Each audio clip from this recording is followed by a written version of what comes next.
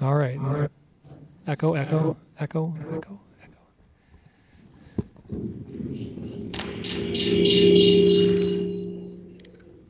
Oh, we got a hot mic over with the TV. Hold on just a sec. Test 1, 2. Test. Echo, echo. Sorry about the audio visual. It's circa 1992. It's now 6 o'clock. We'll call the Planning Commission meeting for Monday, June 24th to order. Please call the roll. Okay. Commissioner Urbani. Here. Commissioner Barnes. Here. Commissioner Hawley. Here. Commissioner Gentes. Here. Commissioner Schaefer. Commissioner Stoker. Mayor Nurbin. Here. First up, we have approval of the minutes from May 20th. Move to approve? Motion and a second. Any comments or corrections to the minutes? Hearing and seeing none, all those in favor of approving the minutes, please say aye. Aye. Any opposed? And the minutes are approved. I'm going to take one item out of order, mainly because it requires no instructions or votes or anything. It's policy item 5, PRIN 2, design guidelines for commercial structures. So there's nothing on the agenda tonight that we're going to decide. We're all just getting a homework assignment to fill out this survey, and it's kind of, you choose what you like better and tell staff why. And then we're going to have all the results next month. So there's nothing really to discuss tonight. We'll get some homework and we'll see what we all think in a month. And then that'll save us from having to take that up at the end, and Jack can leave after his first item. I don't want to keep you here any longer than you have to be. So Yeah, if we could just have them back by the 8th. If not, we will offer pickup service on the 9th if you can't drop them off. So. all right. So that's policy item 5 PRIN 2. Nothing really to discuss here. Which brings us to our main policy items for discussion. Item 2 PRIN 1, the distillery text amendment. So who's going to... Brian, I think, was going to attempt... Virtual Brian. We've got our city attorney virtually tonight. Brian, can you hear us? I can hear you. Can you hear me? We can hear you reasonably well. Excellent. Well, greetings from about an hour into the future. Had to unfortunately be in Michigan this evening, so I wasn't able to be there in person. But the first item for you this evening is a text amendment that centers primarily around distillery uses within the town center district.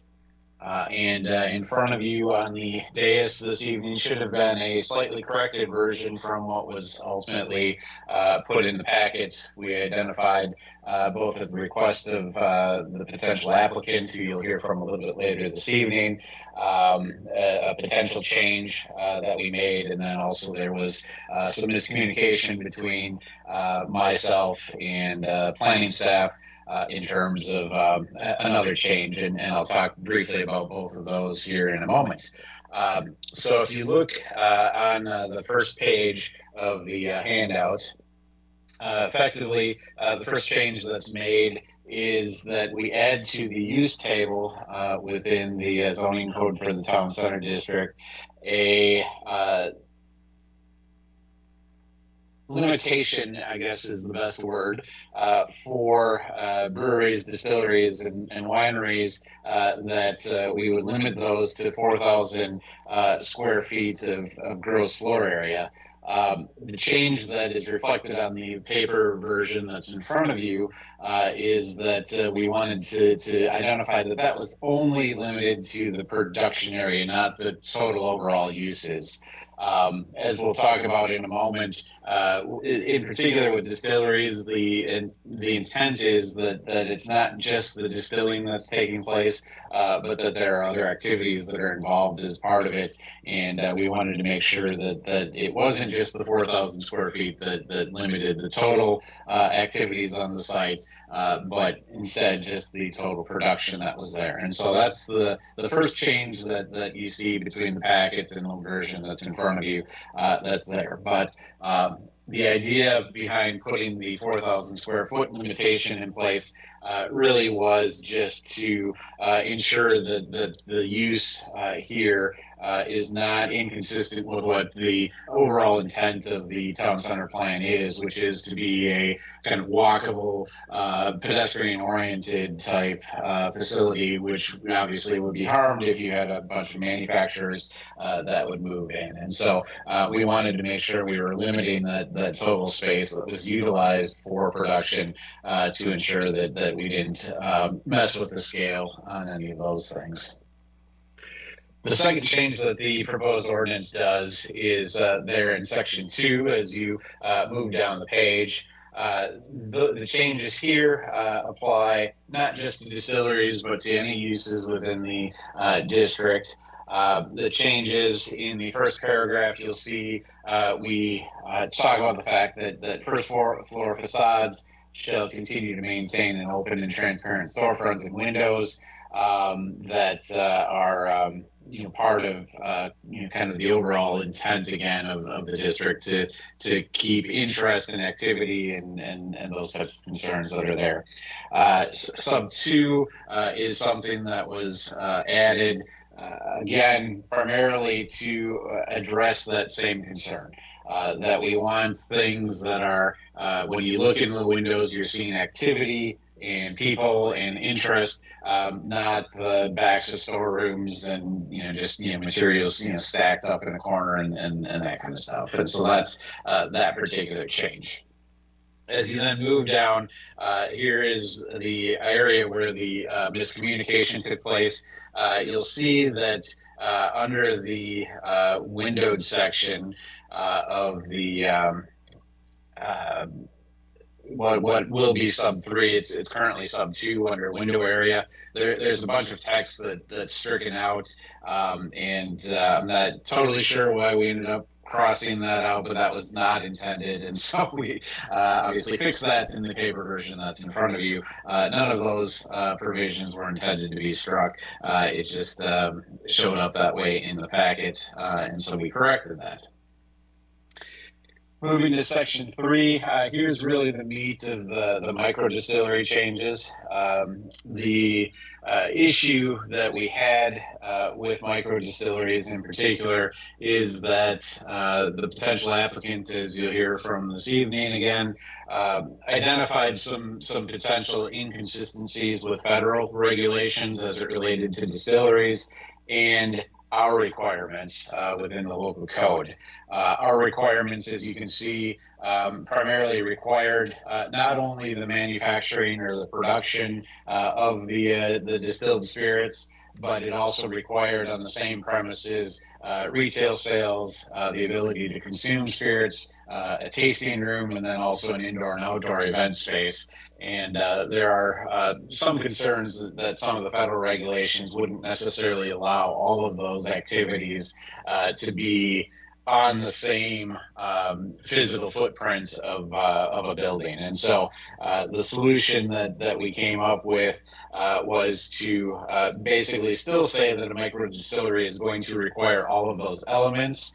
And as you see at the bottom of that paragraph or that section, we talk about a 60% of the total floor area being kind of assigned to the bulk of what's taking place on the property. But we do allow them to satisfy the requirements of each of those items, either with something that is on premise to the extent that they're able to. For example, tasting rooms typically are not overall problematic under the federal regulations, and so they can have a tasting room in the distillery. But some of the other things that they were concerned about, we would allow them to do that on an off-site location within the town center district, within the zoning district, or potentially both. We may see that there might be similar uses in both particular locations that might be there. And so that's the primary change that was made from the existing code to our current code is really to just address those inconsistencies between what we required and what the federal government required. The remainder of the changes that were made both in that section and then in the final section, section 4 of the ordinance, really are just more technical, to clean it up, make it read better, and more consistent overall with the code as a whole. So we basically pull out a definition of micro distillery that gives us the ability to then reference that section in other places in the code as we might deem that it might be necessary moving forward if we were going to add that use, for example, in a different district. So that is the overall code amendment that is proposed, and I'm certainly happy to answer any questions anybody might have. Turn my own mic back on. Thank you. Any questions from the Planning Commission? That was a lot, but hopefully you're able to follow all of it. Perfectly straightforward. All right. Any questions? Going once, going twice. Do we need a vote on this? Correct, yes. Okay. All right. We can still debate it, or we can have a motion. We can.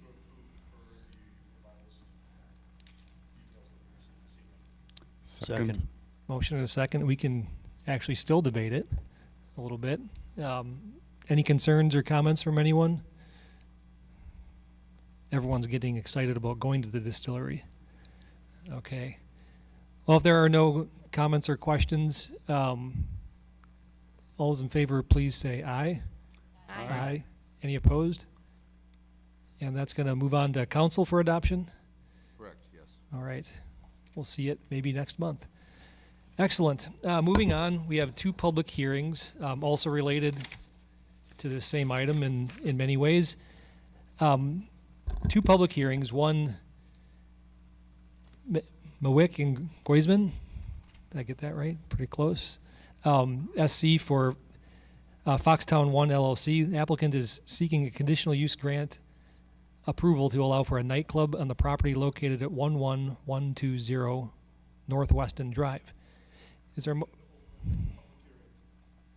Second. motion and a second? All those in favor of entering public hearing, please say aye. Aye. Any opposed? And we are now in public hearing. Is there anyone here this evening who wishes to speak on this item?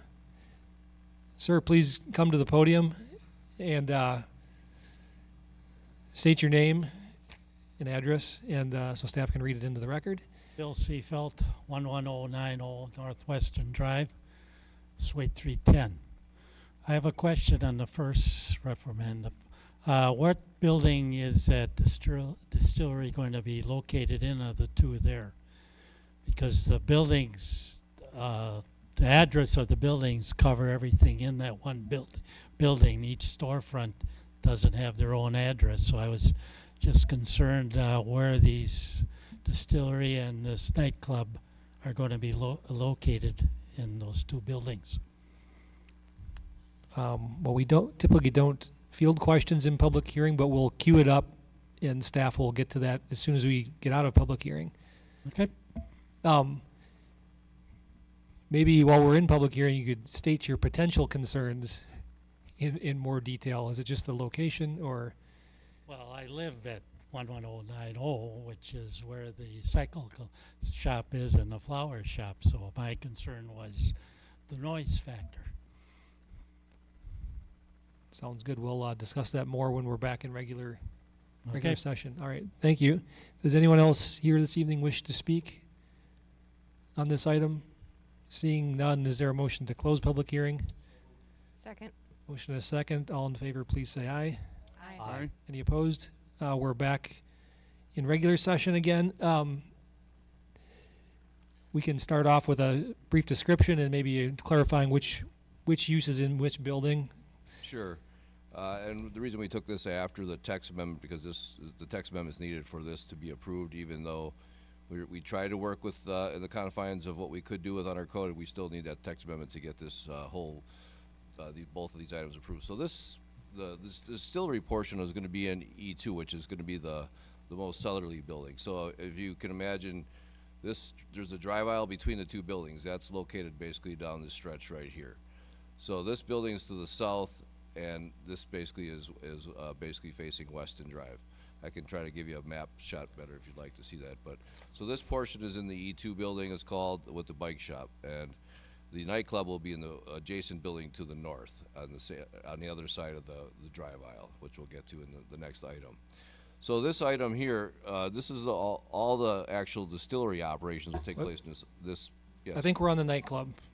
Oh, I'm sorry. Did I skip Nope. one? Yeah. Oh, I'm sorry.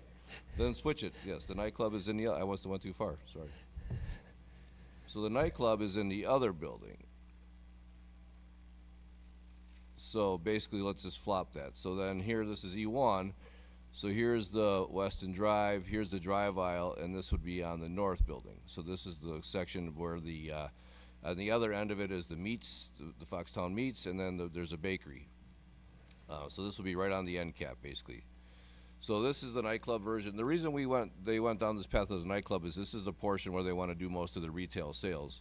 And they're still concerned with the federal law regarding whether they can sell it in the distillery portion or not. So this is one way we could work with the confines of the code to allow that operation to still take place. This is not going to be a traditional nightclub, but it does meet the definition of a nightclub. So they'll have their bar, they'll sell.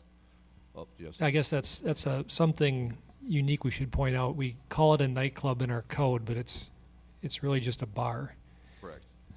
So this requires conditional use approval, but it is part and parcel with the actual distillery functions. Now, they do show outdoor seating. They have some spaces here. They don't show a lot of details, so we're just asking for a final outdoor seating plan.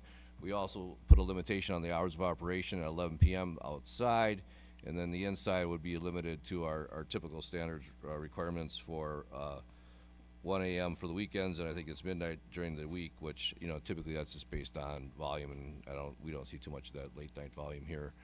So with regard to the nightclub, we're recommending approval of it. This one actually can stand alone. This one does not need the text amendment approval because it's already in our code. The next one will need the text amendment approval before we could proceed. Any questions from the commission?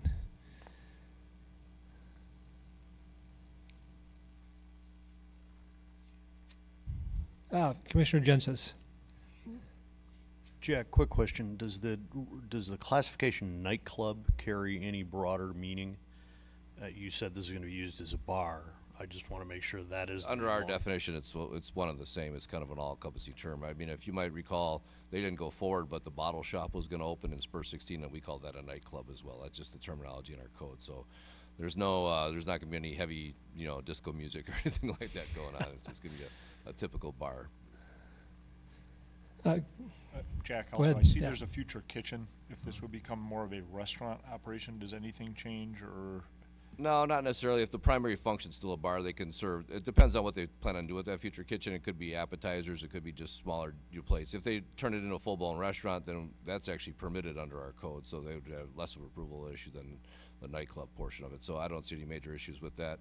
There is also, if you notice, there's no bathroom shown on the plan. There is a common hallway that leads to the common bathrooms over by the meats. I did ask him about that as well. The last question I have is, any parking concerns? No, when we did the whole development for Foxtown, they have a shared parking agreement amongst all the different users and the street parking, and we had a parking analysis done. I think this will be actually a nice benefit to the area. I mean, the Foxtown yards that rarely gets used for events, that's going to provide a nice area for overflow parking. It gets busy, but I think the number of patrons going to this place will be more than accommodated by the parking that's out there. Commissioner Barnes. Yeah, just a couple of miscellaneous questions regarding this site. With the proposed opening remaining till 1 a.m. on weekends, have you had any inquiries from other businesses in the area to be able to do likewise? Yeah, in fact, our first request was from Hollander when they originally, I don't know if maybe one or two of you were on the commission at the time, they actually have ability to stay open until 2 a.m., which we said would probably never happen, and I don't think it happens very often. again, most places are shut down typically by midnight. So it is consistent with other approvals that we've given in the past. Yeah, contrary to popular belief, we don't regulate when places close. It's a question I get all the time. Why don't you allow places to be open past 9? And I'm like, we do. They just can't staff them, and there's not enough customers, so they close early. So, yeah, I guess that kind of, is there any way that the closure at 11 p.m. or whatever specified time is can be enforced, would be enforced? Well, sure. I mean, the outdoor portion we have at 11 p.m., which is typical for most other developments in the town center. Now, if there's a noise complaint or if there's a complaint, they can always call the police department and they can go there and let them know that they have to shut down by 11 p.m. Mm-hmm. You know, they'll typically check with us first to make sure that's a requirement, but that's enforceable under the conditional use document that will be recorded with the approval.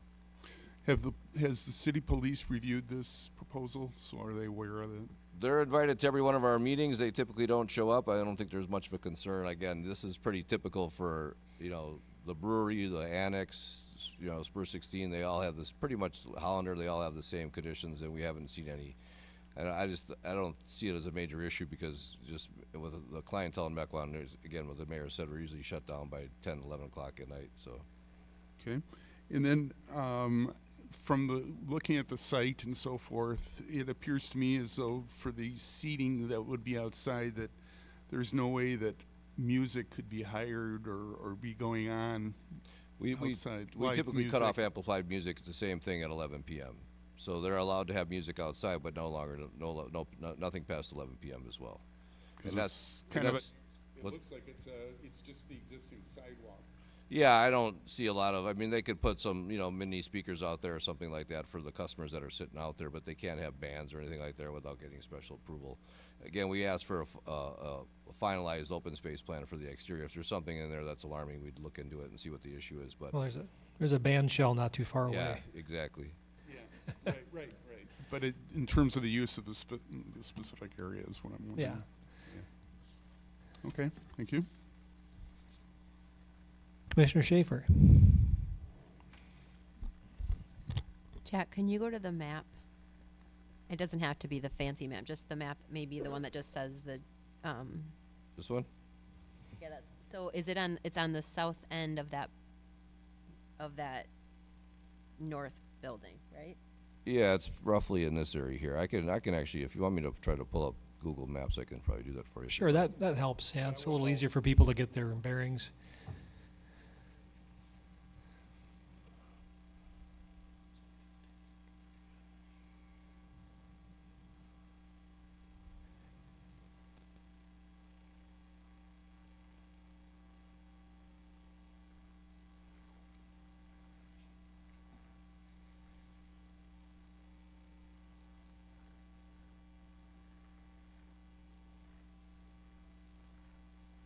So here's the site, basically. This is Weston Drive. So the nightclub portion will be on this location here, and the distillery portion is located over here. Does that clarify for you?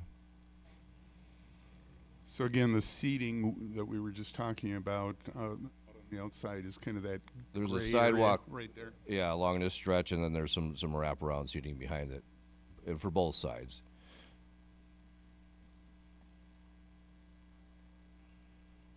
Any other comments or questions? Or a motion? The applicant, I don't know if, is someone here to speak on behalf? They are here. I don't know if there's anything they want to add or not. Okay. If you've got anything to add, feel free to come up. You don't have to if you don't want to. Assuming the applicant has no concerns, I would motion to approve per staff's recommendations. Second. Motion in 2 seconds. Any further discussion? Just one- Commissioner Barnes? Yeah, one bit I have is, I know we've been doing 1 a.m., but the fact that this is located right next to a residential area would bring up, and I can understand initially there probably wouldn't be any issues or anything like that, but I guess I would be concerned about ultimately it becomes like other areas throughout the metro area where it become very, very popular. Great, hope it happens. But if it's permitted to continue till 1 a.m. under the statute that we're talking about right here, or the condition that we're talking about. That's really the concern part I would have for, I guess, would be Friday, Saturday nights. Well, again, that's 1 a.m. is interior only. So, I mean, I guess if there was a major concern with people spilling out onto the street afterwards and making noise, we could always review their conditional use and review The it. CUG does give you that flexibility, yes. Yeah, yes, we have that flexibility. That's right. Pardon me. Okay, so the important important reminder is that that pertains to the indoors and not on Yeah, the it's not sidewalk outside. area. Yeah, we wouldn't allow it outside at 1 a.m. Mm-hmm. Commissioner Urbani. Could you explain exactly what is on the second and third floor of these two buildings? Because it looks like fluorescent lighting on that second floor. Are these office suites? Are they all The- residential on the third floor? Like, what is? The E1 building is office for both levels. Okay. The E2 buildings were approved as extended stay suites. So those are supposedly like extended stays, people that live there for 6 months to a year. If they're like working at Rockwell or something and they need a longer period of time, those are extended stay suites. There's no straight residential apartments in either one of these buildings. So I'm assuming the gentleman that spoke would be living under the extended stay suite, but one of the extended stay suites. Thank you. But that's where the distillery is. Correct. Yeah. Commissioner Barnes? Yeah, one last thought. And so with the abundance of parking, so to speak, but yet the number of businesses that we'll have, it sounds like there'll be more than enough parking for people, that such that they're not actually parking on the street, but probably more. Oh, we're actually encouraging Yeah, people yeah, to we're- park on the street. We're Right. okay with that. Yeah, and because I see it with residents and so forth. Yeah, we made, when Foxtown was originally approved, the PUD, they had a full-blown parking analysis done, and they have shared parking amongst all their sites, which works out really well. When there's somebody playing at the band shell, you can park in the annex, you can park in the brewery, and there's all shared parking, and there's connections between all those. So if we ever have a parking problem there, I think we'd be supportive of the fact that we have that much volume out there. Yeah, but I when don't the see it. parking analysis was done, all these businesses were conceived at their highest and best use, and the parking was done accordingly. So it's hard to imagine we'd put something more impactful in than that. Yeah. Thanks for confirming that. Yeah. Okay, we have a motion in 2 seconds. Any further comments?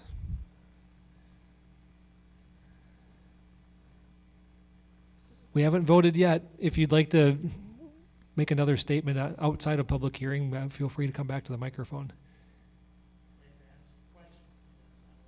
No, we can now because we're not in public hearing. Sorry.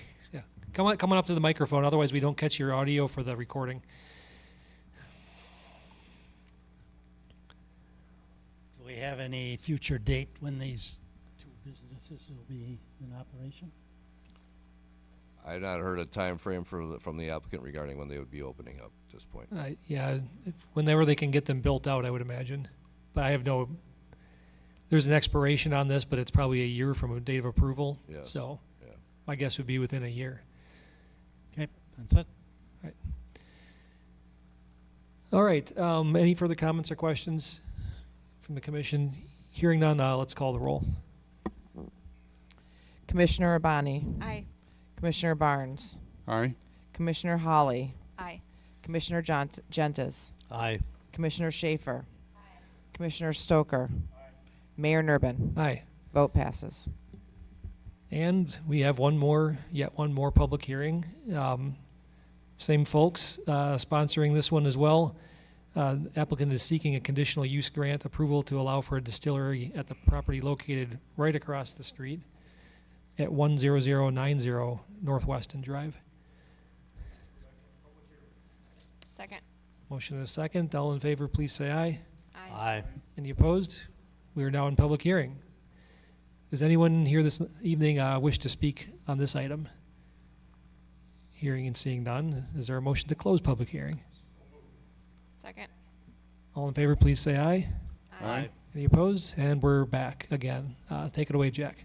So this one requires the approval of the text amendment, and this one has all the distillery functions with it except the potential for the retail sales. They do show the classroom, they have the production and processing, they have a tasting room back here, and this is where, if retail sales would be allowed per the federal law, this is where they do some of that. But since we don't know that, we left it open up in the air, and that's why we have the text amendment in front of you. So this would get approved condition upon approval of that text amendment.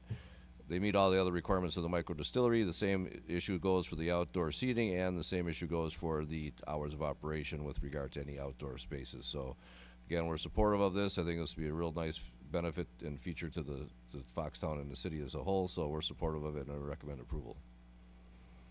Thank you. Any questions from the commissioners? Commissioner Schaefer? Based on the layout that's provided, does everything adhere to the window? Yes, we actually, guidelines? we worked with them ahead of time, and this is how we kind of codified some of that requirement. So we asked them to put the classroom up in the front corner, which they did. And then this is all, again, some semi-public space here. They put the tasting room, all this along the windows area. And so we're supportive of that. The mechanicals are all kind of buried in the back. So I think they did a nice job in trying to meet what we were looking for, so. Thanks. Any other comments or questions? Or motions? Motion to approve conditioned upon the approval of the text amendment and staff's recommendations. Second. Motion and a second. Any further comments or questions? Going once, going twice. Again, if a motion and a second, please call the roll. Commissioner Urbani? Aye. Commissioner Barnes? Aye. Commissioner Hawley? Aye. Commissioner Gentes? Commissioner Schaefer? Commissioner Stoker? Mayor Nurbin? Aye. Vote passes. Congratulations, Foxtown, and look forward to seeing both open soon. On to regular business. We have a item for Trinity Lutheran Church. Applicant is seeking a building and site plan amendment for a new storage facility at the property located at 10729 West Freistadt Road. Go ahead, Evan. So yeah, this is a 40 by 60 storage barn meant to store lawnmowers, trailers, other equipment that they're going to be needing for the historical area. Let me see if I have the actual plat up here. It's in here somewhere. It's on Church Place, so we're in the historical area, historical society area. Here it is. Kind of highlighted here in yellow. Meets all the zoning requirements. It doesn't trigger any of the landscaping standards, but even so, since it's in a more wooded area and it's pretty screened from both Freistadt and even Church Place and Granville, that we didn't really think that requiring any additional landscaping was necessary or was going to improve it further than what it would be. There's no additional paving or dumpster enclosures or anything else proposed for the site either. So with all that, well, the architecture of the building and the siding used is board and batten, so it gives it that kind of more rustic or kind of rural look that is what the historical society area is kind of famous for. So with all that, staff recommends approval with conditions. A nice rural-looking building in a rural area. Any comments or questions from the commission? Commissioner Barnes. Yeah, just could you clarify, in the recommendations that you recommend, item number 2 says removal of bridge across creek on the west side. What are we talking about there? There's I don't think it's in here. This is Google Maps still up. There's kind of like looks like an old railroad tie kind of bridge crossing the creek. Where are we? I guess you can't really see it on here, but just across Little Menominee right here, there's almost like an old railroad tie bridge. We'd either like to see that taken out or have them take out a building permit for it, just so we could verify everything on it and make sure it's all good. Yeah, that's what. Oh, maybe you can see it on here. It's located on that parcel then? Right. Yeah. Oh, still going. I'm getting dizzy. Yeah, in this kind of thing right here, I think. So the fact that it's just, It's a unpermitted structure higher than 6 inches, so. thanks. Oh, really? Well, that would take care of it pretty quickly then. Oh. Well, it should be easy to comply with staff recommendation number 2 then. Thank you. Any further comments or questions? I think it's a good-looking building. I'd like one just like it someday. Put all my toys in. Is there a motion?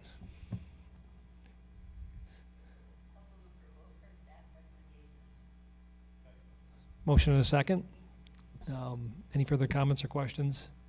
Hearing and seeing none, all those in favor, please say aye. Aye. Any opposed? And that item carries. On to Point Real Estate for Orchards of Mequonigo LLC. The applicant is seeking preliminary plat, development agreement, and fill permit to allow for a 17-lot subdivision for the property located on the north side of Donges Bay Road, approximately 800 feet west of Wauwatosa Road, to be known in the future as Burr Oak Reserve. And again, so this came for concept plan approval in May of 2022. I don't know why it didn't load the same way as the other one. So it's compliant with the concept plan. All the things that were conditional approval in the concept plan were met by the applicant with the pre-plat. The development agreement just kind of states in there things about financial requirements, so landscaping, escrow, open space plan, things of that nature. There was a little bit of a change with the size of the lots, but no more than 100 square feet for the largest one. So that staff really didn't think that warranted any wholesale change to the plan from the concept standpoint. So staff recommends approval. Thank you. This is using almost all the remaining TDR credits, not Yeah, quite all the 5. remaining. 5 of the last 6 or 7. There's 7. 1 or 2, 2 hanging out there, but so hence the added 5 dwelling units on top of the 12 acres. But I'd like to see those TDR credits getting used finally. The process can work. It's the best idea that's seldom been used.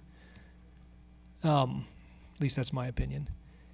Anyway, any comments about the plan before us from the commission? Commissioner Barnes. Yeah, I've got again a couple questions and clarifications and a couple of points.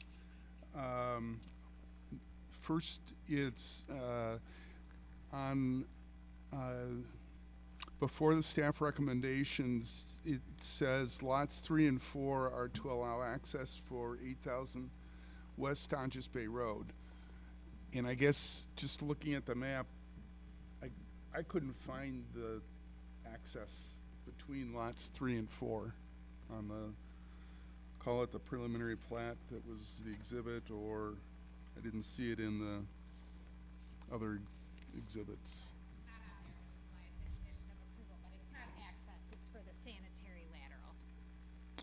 So is an easement required there, or? Correct, which is under condition.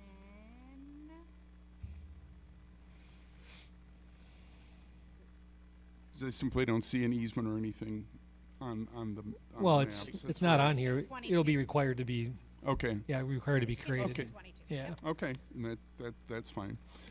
Then the next thing is just if there's a crosswalk put in on Donges Bay Road, who is required to do the maintenance of the crosswalk? The city would be. Okay, and the city will keep up on, and where I'm coming from is that's out on a pretty open road, and I think a crosswalk's a good idea, but it's the inevitable with the paint wears and. We paint every line every year. Very good, very good.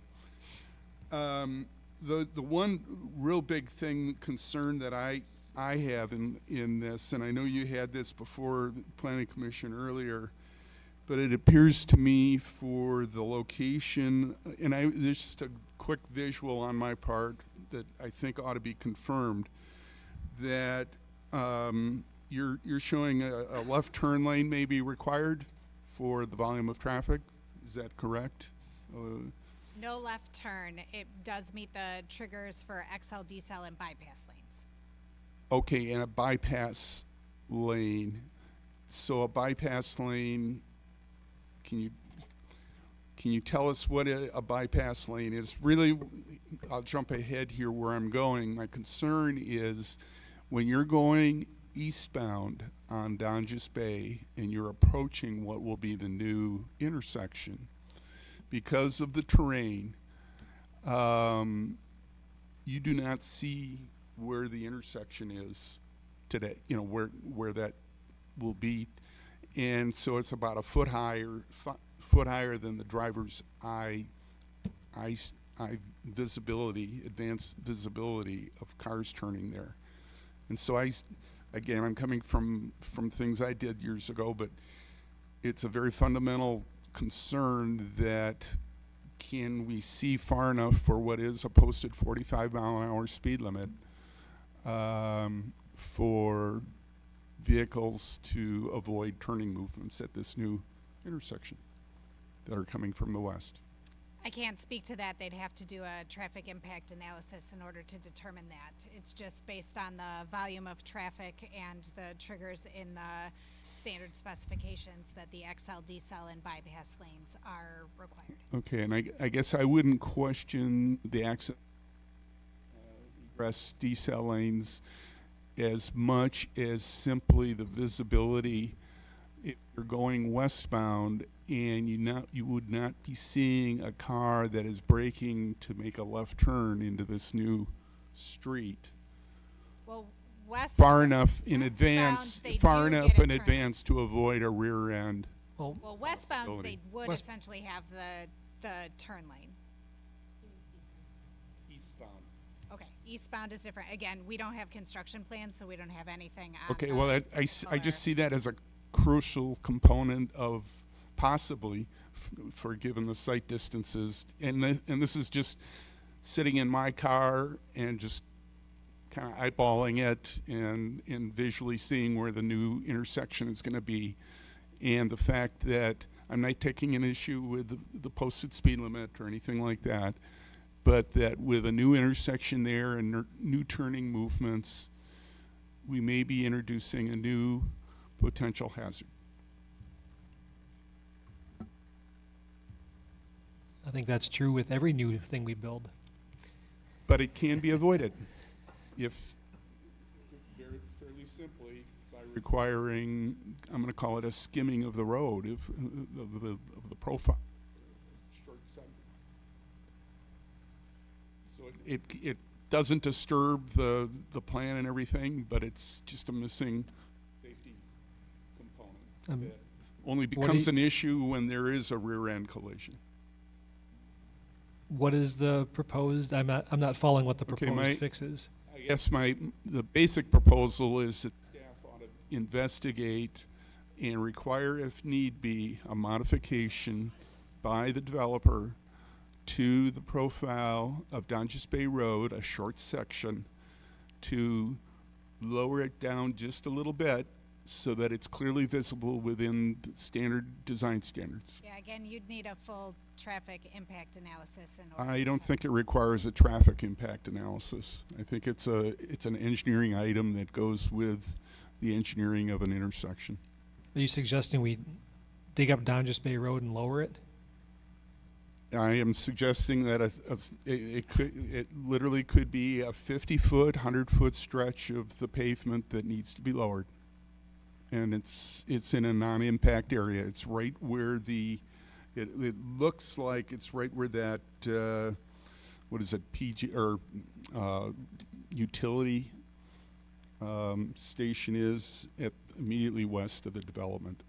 So it's a small detail, but it's one of those that I'm coming purely from a traffic safety with what will be new turning movements coming there.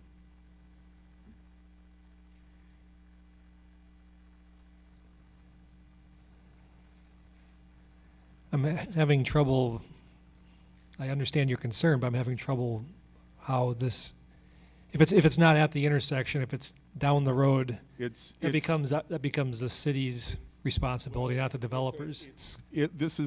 There are a couple others that have preceded me that where I've seen this happen, but it doesn't exist today as a problem, but with a new street serving a new development where there can be a turning vehicle that is slowing down but cannot be seen far enough in advance if you're traveling eastbound. Just as you approach that intersection, there's a short stretch of roadway where that, it's exaggerating certainly, but what is a common requirement. I drove by there this evening on the way, and I guess I didn't notice the same thing, but. And it's easy to not notice it because it's a non-problem today because there's nobody turning there and everybody's going straight, so it's not an issue today. But when there are new, and not that there are that many left turns, but when there are, it poses a problem that is We're requiring them to do what when you say? Correct. So they'll have Describe what we're requiring to do with the study of the intersection there. On the north side at the intersection, that's where they'll be required to have what we call XL and decel lanes. So they will become de facto turn lanes. They're not marked as turn lanes, but the turning traffic westbound would be able to get out of the travel lane in order to decelerate as they go into the subdivision. And likewise on the way out, they'd have a little bit of lane in order to get up to speed to join the travel lane. And I agree with you with those features, and that we've already got those as requirements. So that's not, but And it's south, the eastbound along Donges Bay, just upstream of what will be the new intersection. so on Where- the where- south. Yep. On the south side for eastbound traffic at the intersection will be a bypass lane, so another full lane that is otherwise on the south side, so that during normal traffic movement, the eastbound traffic may continue. But if there is a car slowing or stopped to turn left, there's another lane for traffic to otherwise That's what I bypass. thought you meant when you said bypass lane. And that's So- what I was getting at. So there's a lane, you just have to turn your wheel. And I understand that, and that all makes well and good, but an example is Swan Road that's nearby, I on the guess- new intersection there. If- where if that we're- has if been we're done, requ- I'm but gonna- it's With all due simply respect, Commissioner Barnes, I'm gonna cut this line of discussion off, because if we're requiring them to put in a bypass lane, and there's a structural defect with our road having a swell in it that's causing a sightline issue, I'm not gonna make the developer fix my road. I will do that as the city. I think that's the fair thing to do. And I'm bringing it up solely as a need, I'm not stating who's required, but it's a new component there. Well, I don't want it to end up, well, anyone can make any motion to make it contingency of this proposal, but I wouldn't recommend it. That's all I'm saying. If there's a problem with our road, we'll fix our road. That'll be my commitment if this becomes a problem. Okay, any other comments on the, I do have, sorry. One other thing, is there a plan for what would be an intersection overhead streetlight at this location? I didn't see one on. A DA. It is, okay. thank you. Any other comments on the proposed plan? I lost track. Do we have a motion? Okay. Any comments or a motion? I'll move to approve with with staff's recommendations. Second. Motion and a second. Any further comments or questions? Hearing none, please call the roll. Commissioner Hawley, Aye. Commissioner Gentes, Aye. Commissioner Schaefer, Commissioner Stoker, Commissioner Urbani, Aye. Commissioner Barnes, Aye. Mayor Nurbin. Aye. Vote passes. All right, that's all for regular business in public hearings. We've got only one policy item left because we took care of another one earlier. That is the 2025 City of Mequon Community Survey topics. And Kim's going to come talk to us about what she's looking for there.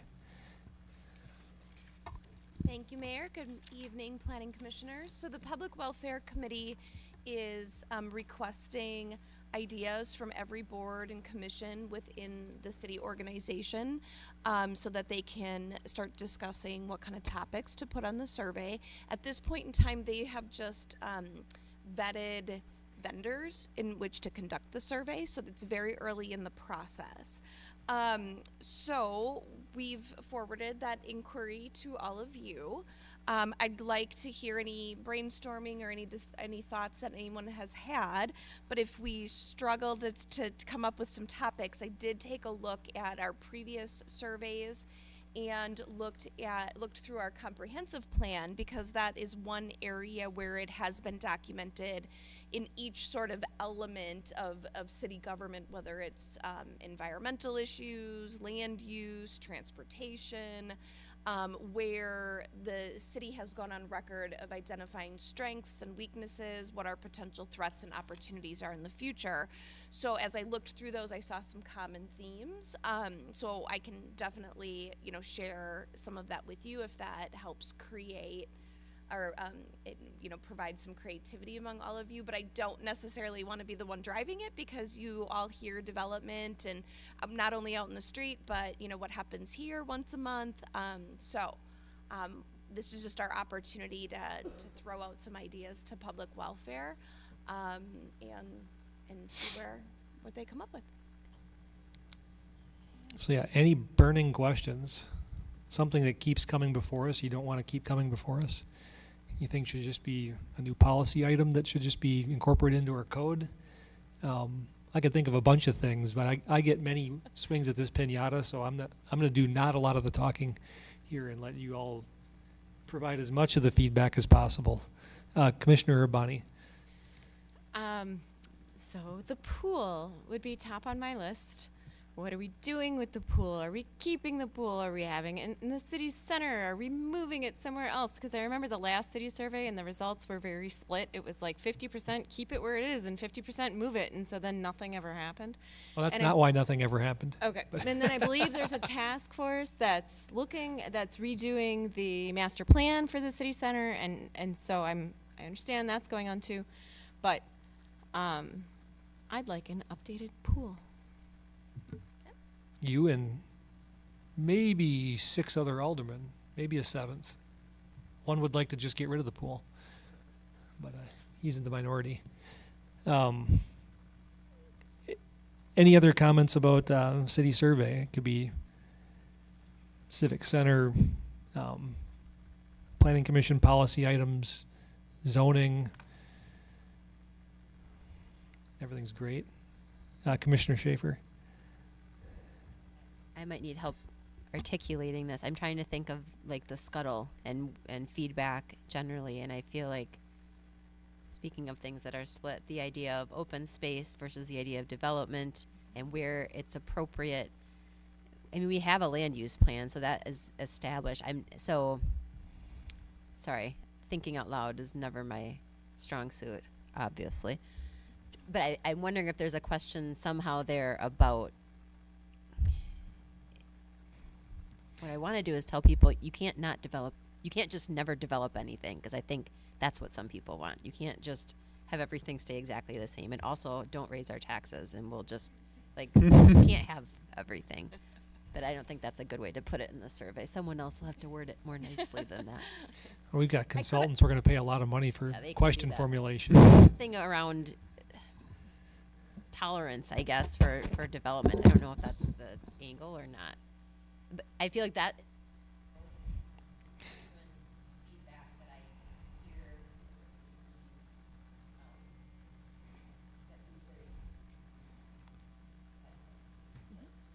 So maybe something along the lines of infill development versus, I'll use a word that'll strike a reaction about what I'll call sprawl, for the lack of a better word. You know, filling in sites that are, you know, we've got this, city's got a footprint, right? There's a footprint within the greater footprint. There's a footprint that's sort of developed, but there's pockets all over it that aren't. Is there maybe a good question to ask, is there preference to fill that in versus seeing it expand? That still allows development, but it doesn't increase our footprint. Yeah. That could be a decent question. Commissioner Stoker. Certainly ties into the same conversation that you just brought up. If we don't want to raise taxes, we're going to need more development. We have a lot of areas in the city that are zoned for 5-acre density. I happen to have developed one of the last 5-acre subdivisions, and there are 6 lots. All 6 of them mow less than 1 acre, and the rest is natural. The buyers don't want 5 acres. The density is crazy. There's land available or becoming available west that the numbers just do not work at 5-acre density. And I think the city should be ready to have a conversation about rural Mequon. And I'm not looking to go to 1-acre density. I'm looking, can we look at areas that are 5-acre density and take them to 3? The reality is the cost of development. People don't want to spend $350,000 for 5-acre lots that they don't want. They would rather spend $275,000 for 3 acres, which is still probably an acre more than they want, but they're probably more willing to do that. I have made this statement. There's a parcel of land that's 74 acres that I could develop and probably get 12 5-acre lots out of, and I'd have to charge $350,000 a lot. I am here to tell you, if I could get it to 3 acres and get 22 lots, I could still sell, first of all, sell those lots faster, the 3-acre lots faster than the 5-acre lots, and the price of the home, AKA, that means what are we going to get in tax revenue? We're going to get more tax revenue from 22 lots than we are the 12 or 13, and I'm going to get it for the city faster. But we have to be open to the idea of changing from 5-acre to 3-acre zoning. And again, I know this is land use, so I don't know if that's what you really want to be talking about in this conversation or not, but I think the city, at some point, we're going to have that discussion.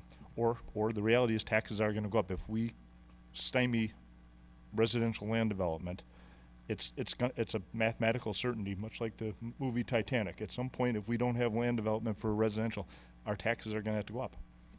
And those areas that they're not mowing are not exactly like wildflower fields, or but they're thistle and invasive species and buckthorn and stuff that nobody wants, and that's being spread everywhere. It's not like it's being maintained as a nice unmaintained area, Yeah, if you know what I mean. I'm familiar with the location where you're talking about. I think there was a proposal for a conservation subdivision that we mysteriously voted against because we wanted to force a larger footprint, and we would have preserved more land. That's so maybe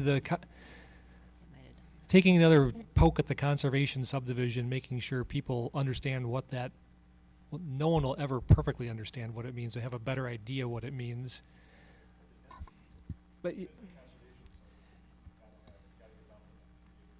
yeah, I hear you. I think that's exactly, I mean, there's nothing off limits here. We'll see what public welfare ends up putting on the survey, but to get questions fed into the hopper, there's all sorts of things we could do to promote that and maybe get more of something else what we want. I think there's one of the concepts we kicked around just at a really, really high level is the concept of an agrihood, where it's got an agriculture component, but it's kind of like a conservation subdivision, but you could maybe trade getting a little more what you want for a little more density. You maintain some of that agriculture heritage in the conserved area, so you don't get a 40-acre parcel full of buckthorn and thistle. Maybe someone's still actively farming it, or maybe some of the residents are doing small gardens and farming it. It's reasonable when you start getting to 3-acre. If you have a home on a 3-acre lot, it's still a lot to mow. But as a developer and someone who creates homeowners documents, we dictate how much has to be maintained. 3 acres is still a big ask, but that's much more reasonable than 5 acres, because the spring that we've had with the rain we've had, when people have to mow their lawn twice a week to just stay up with it, and if you've got 5 acres to mow, you don't have happy customers, I can tell you that. There's not a lot of happy people. No one wants to mow 10 acres a week. And we were mowing 3 times a week for a while, and I told my wife, it's your fault, you put fertilizer on it. But I think the reality is it's obviously West Mequon, and we want to keep it rural. The question is a single-family residence on 3 acres versus a single-family residence on 5 acres. Does that take away from the rural feel? And I would implore anyone on this to go drive through Farmdale Estates. Those are 5-acre lots. Nobody's mowing all 5 acres, and I personally don't think it looks. I think the stuff that's not being mowed doesn't look good, and again, I certainly don't think a 3-acre lot's going to make it feel non-rural. There's a topic. Commissioner Barnes? Yeah, I firmly agree with the points being raised. Very good ones. One that I'd like to is, and it's general in a way, but interest in pedestrian facilities. And in a general way, just to see what people offer or come up with ideas, not suggesting any of them are doable, but what have you. And one in particular, with Park Board that we brought up with Sewer Pack, and it's placed on the map, is, and how we do it, I don't know, but the idea of a bike crossing over the Milwaukee River using Donges Bay Road. Did I say that right, Donges Bay? Or yeah. That a bike only pedestrian bridge be done. Now, granted, that's a mammoth project that would take some seeking of creative funding, etc. But having lengthy discussions in the past about that, and hearing a lot of interest in what would be a bike connection and not a vehicle connection. We did get some rough numbers a few years ago on that. It's more money than the city's annual budget. It's double-digit millions of dollars. It's almost to the point you could drive a car on it if you want to comply with federal guidelines.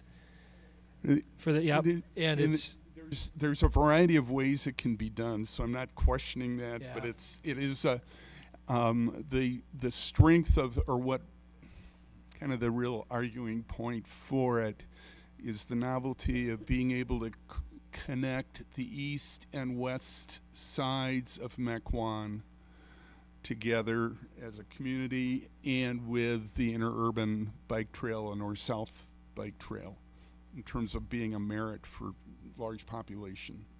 Yeah, area. that idea does come and go, but it's so I horrendously just bringing expensive. it up, bringing it again.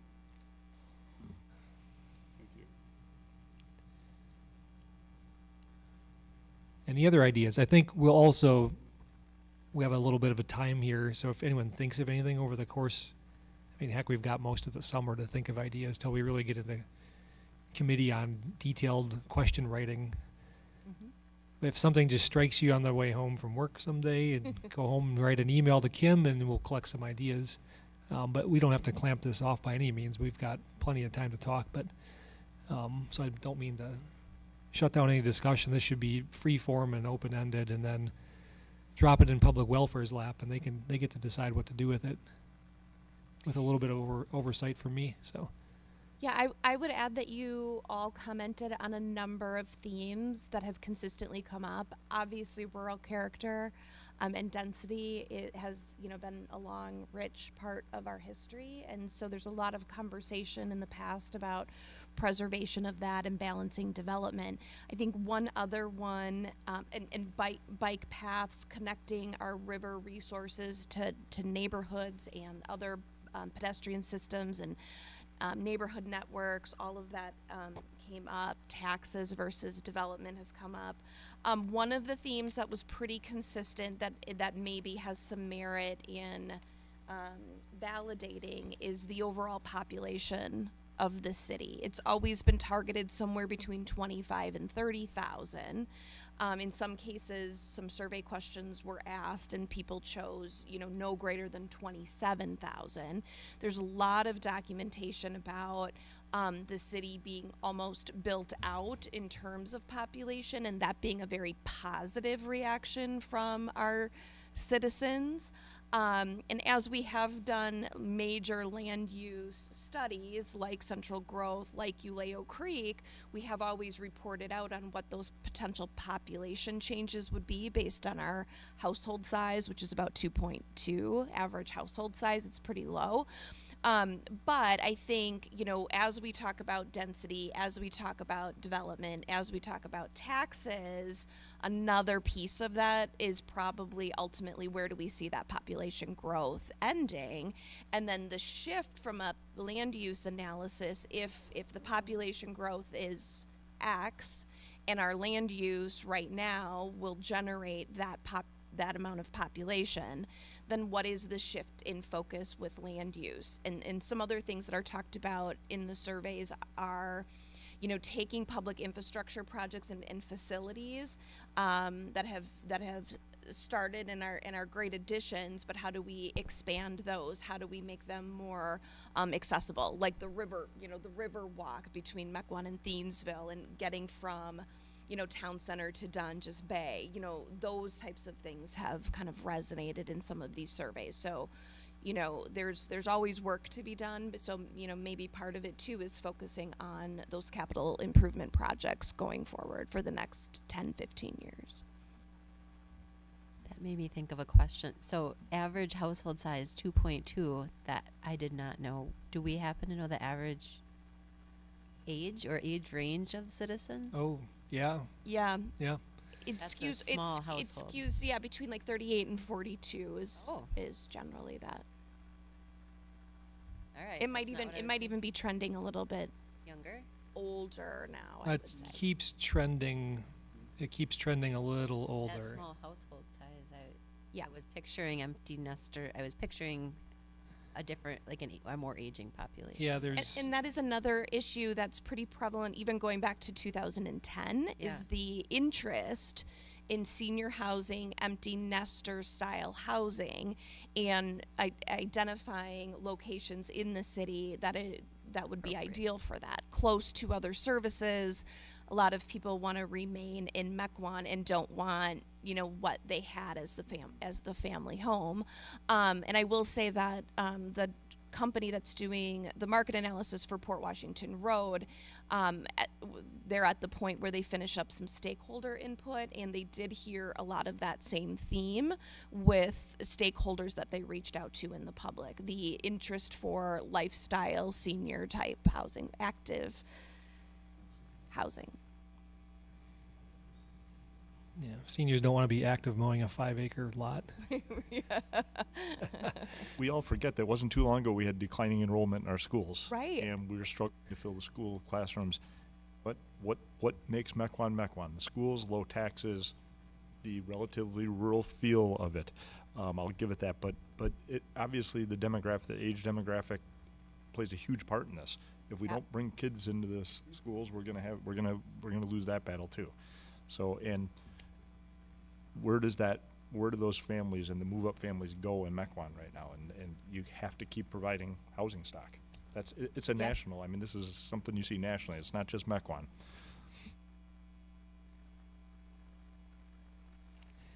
Any other topics?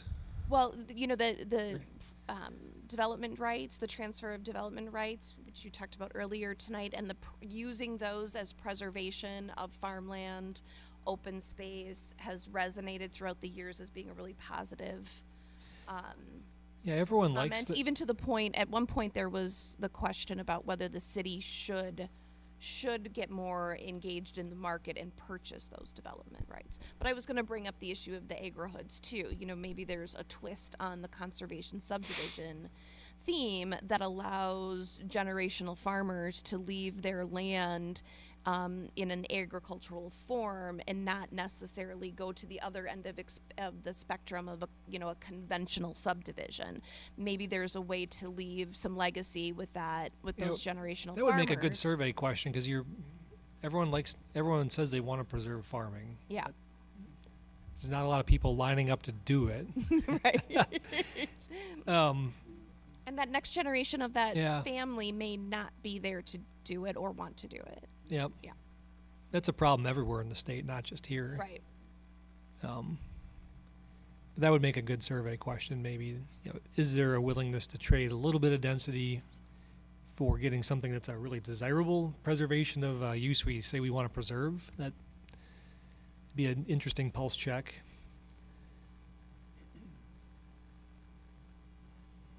I think it sounds cool, but I'm not a developer and I don't know what it'll cost to do, and I know a few people I can ask for opinions, but sure, yeah, it's a thing. Evan wrote a whole paper on it for school, so Evan wrote a See me thesis. for further comment. yeah, this is. Evan can send you his thesis. Actually, yeah, I've got a copy. We talked about it at a staff meeting once, and I've had other people chirp about it before, not seriously, just conceptually. No one's brought anything forward, but it is kind of interesting.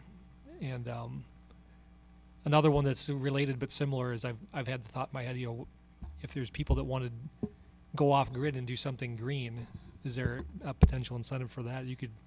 Wouldn't be too hard to go almost totally off grid. You'd never actually pull the plug, but you would maybe be a net producer of electricity.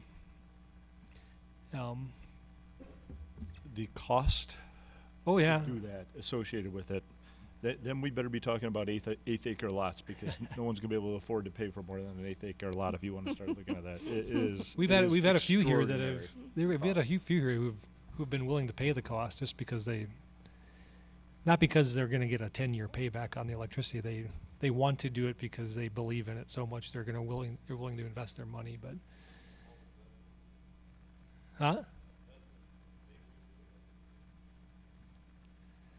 sure, yeah.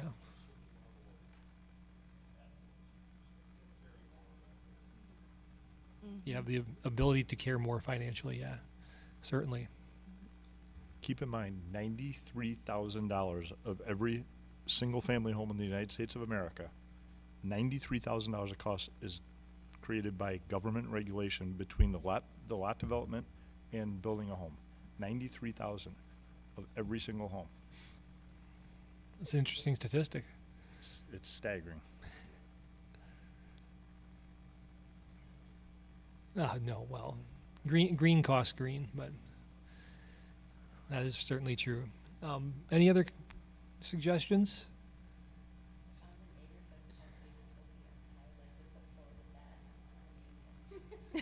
Agritopia, it's probably trademarked. Yeah. Phase 2. No, these were great ideas. I'll capture them in a summary, and if anybody has any other thoughts, just email us and we'll include it. Yeah, it might And we'll report it might back to occur plan. over the next couple months as you read packets or see things. Yeah, just kind of. Well, Public Welfare asked to have these back to them at their July meeting. But this is really just, they'll be collecting all of them. It's just really the first round. So I'm sure we can send more narrow focused or additional topics over the next couple months. So yeah, that meeting's about 3 weeks away. Yeah. Historically, the surveys have been about development and land use. So I don't know if there's going to be a theme. Maybe it's some other department's turn. I don't know.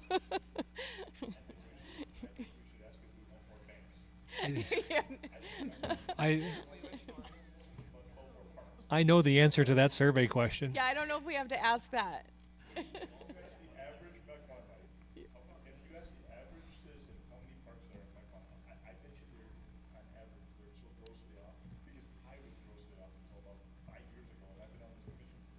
Yeah.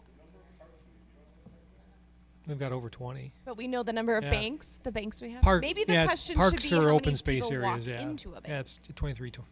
24 if you count the counties. Yeah.